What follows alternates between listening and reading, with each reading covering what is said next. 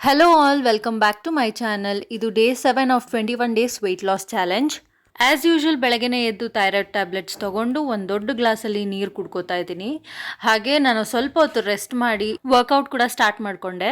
ಆ್ಯಕ್ಚುಲಾಗಿ ಏನಂದರೆ ನಿನ್ನೆ ವೀಡಿಯೋನ ನಾನು ಪೋಸ್ಟ್ ಮಾಡಿರಲಿಲ್ಲ, ಯಾಕಂದರೆ 25th ಕ್ರಿಸ್ಮಸ್ ಡೇ ದಿನ ನಾನು ವೀಡಿಯೋನ ರೆಕಾರ್ಡ್ ಮಾಡೋಕ್ಕಾಗಲಿಲ್ಲ. ಪರ್ಸ್ನಲ್ ಪ್ರಾಬ್ಲಮಿಂದ ನಾನು ವೀಡಿಯೋನ ಶೂಟ್ ಮಾಡೋಕ್ಕಾಗಲಿಲ್ಲ. ಬಟ್ ನಾನು ರೆಗ್ಯುಲರಾಗಿ ಏನೇನು ಮಾಡ್ತಿದ್ದೆ ಅದನ್ನೆಲ್ಲ ಕೂಡ ಮಾಡಿದ್ದೀನಿ. ನೆಕ್ಸ್ಟ್ ಡೇ 26th ವೀಡಿಯೋ ಇದು ರೆಕಾರ್ಡ್ ಮಾಡಿಕೊಂಡು ನೆಕ್ಸ್ಟ್ ಡೇ ಪೋಸ್ಟ್ ಮಾಡ್ತಾ ಇದ್ದೀನಿ.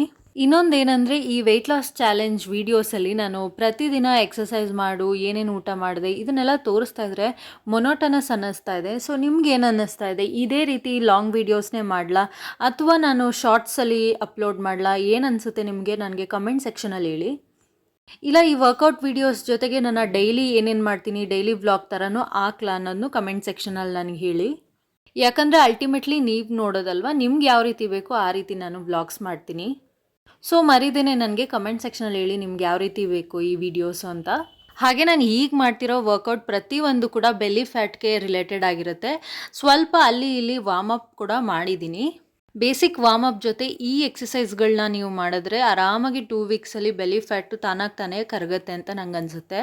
ಇವತ್ತು ಫುಲ್ 30 ಮಿನಿಟ್ಸ್ ನಾನು ಬೆಲ್ಲಿ ಫ್ಯಾಟ್ ಬಗ್ಗೆನೇ ನಾನು ಕಾನ್ಸಂಟ್ರೇಟ್ ಮಾಡಿ ವರ್ಕೌಟ್ನ ಮಾಡಿದ್ದೀನಿ. ಹಾಗೆ ಇವಾಗ ಕೂಡ ಮಾಡ್ತಾ ಇರೋದು ಬೆಲ್ಲಿ ಫ್ಯಾಟ್ಗೆ ಅಂತಲೇ. ನಿಂತ್ಕೊಂಡು ಮಾಡೋವಂಥ ಬೆಲ್ಲಿ ಫ್ಯಾಟ್ ಎಕ್ಸಸೈಸ್ಗಿಂತ ನಾವು ಮಲ್ಕೊಂಡು ಎಕ್ಸಸೈಸ್ ಮಾಡ್ತೀವಲ್ಲ ಅದು ತುಂಬ ಎಫೆಕ್ಟಿವ್ ಆಗಿದೆ ನನಗೆ ಅಂತ ಅನ್ನಿಸ್ತು. ಯಾಕಂದರೆ ನನಗೆ ಈ ಎಕ್ಸಸೈಸಸ್ನ ಮಾಡುವಾಗ ಫ್ಯಾಟ್ ಬರ್ನ್ ಆಗೋದು ಸಖತ್ ಫೀಲ್ ಆಗ್ತಾಯಿತ್ತು ನನಗೆ. ಥೈಸಲ್ಲಾಗಿರ್ಬೋದು, ನನಗೆ ಹೊಟ್ಟೆ ಮೇಲಾಗಿರ್ಬೋದು ತುಂಬಾ ಫೀಲ್ ಆಗ್ತಾಯಿತ್ತು ನನಗೆ. ಸೊ ನೀವು ಕೂಡ ಟ್ರೈ ಮಾಡಿ. ಮಲ್ಕೊಂಡು ಮಾಡೋದು ಸಖತ್ ಕಂಫರ್ಟಬಲ್ ಆಗಿರುತ್ತೆ. ಈಗ ಮಲ್ಕೊಂಡು ಮಾಡೋ ಎಕ್ಸಸೈಸ್ನ ನೀವು ಆರಾಮಾಗಿ ಹಾಸಿಗೆ ಮೇಲೆ ಕೂಡ ಮಾಡ್ಬೋದು. ಬೆಡ್ ಟೈಮ್ ಎಕ್ಸಸೈಸ್ ಥರನೂ ಮಾಡ್ಕೋಬೋದು ನೀವು.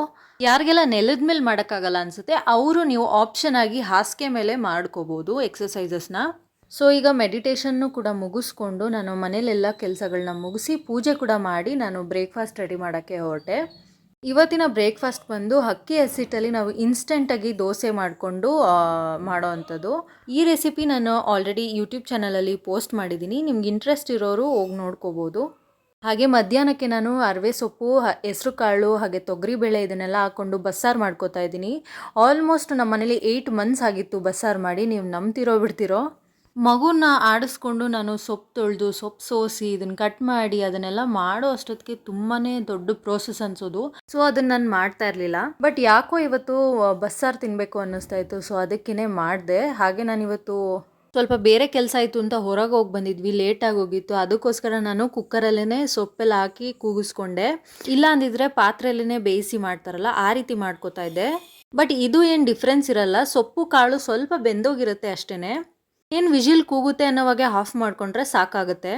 ಹಾಗೆ ಅನ್ನಕ್ಕೂ ಇಟ್ಕೊಂಡು ಸಾಂಬಾರ್ಗೂ ಒಗ್ಗರಣೆ ಹಾಕೋತಾ ಇದ್ದೀನಿ. ಇನ್ನು ಮಸಾಲೆಗೆ ಏನೇನು ಹಾಕ್ಕೊಂಡಿದ್ರಿ ಅಂತ ಕೇಳೋದಾದರೆ ಈರುಳ್ಳಿ, ಟೊಮೆಟೊ, ಬೆಳ್ಳುಳ್ಳಿ, ಹಾಗೆ ಜೀರಿಗೆ, ಮೆಂತ್ಯ, ಕರಿಬೇವು, ಒಂದು ಸ್ವಲ್ಪ ಕೊತ್ತಂಬರಿ ಹಾಕೋಬೇಕಾಯಿತು. ನಮ್ಮ ಮನೇಲಿ ಕೊತ್ತಂಬರಿ ಖಾಲಿಯಾಗೋಗಿತ್ತು. ಮತ್ತು ಮಗು ಬೇರೆ ಮಲಗಿಸಿದೆ ನಾನು. ಮತ್ತು ಇನ್ನೊಂದು ಸತಿ ಹೋಗ್ಬೇಕಲ್ಲ ಅಂತ ಹೋಗಲಿಲ್ಲ ನಾನು.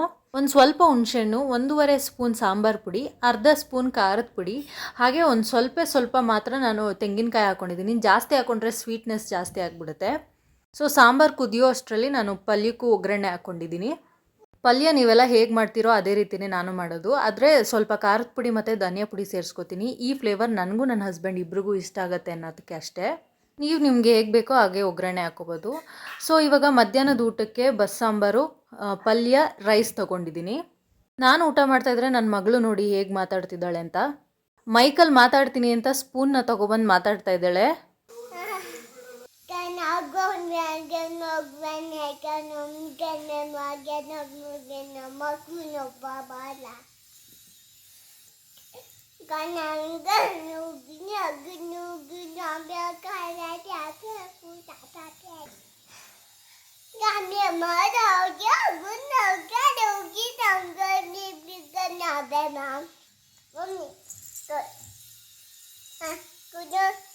ಇನ್ನು ಸ್ನ್ಯಾಕ್ಸ್ಗೆ ಕಡಲೆ ಬೀಜದ ಬರ್ಫಿ ತೊಗೊಂಡಿದ್ದೀನಿ. ಇದು ಕೂಡ ಪ್ರೋಟೀನ್ ಬಾರ್ ಅಂತ ಹೇಳ್ಬೋದು. ಡಿನ್ನರ್ಗೆ ಮುದ್ದೆ, ಸ್ವಲ್ಪ ಪಲ್ಯ, ಸಾಂಬಾರು. ನಾನೇನು ರೈಸ್ ಏನು ತೊಗೊಂಡ್ಲಿಲ್ಲ.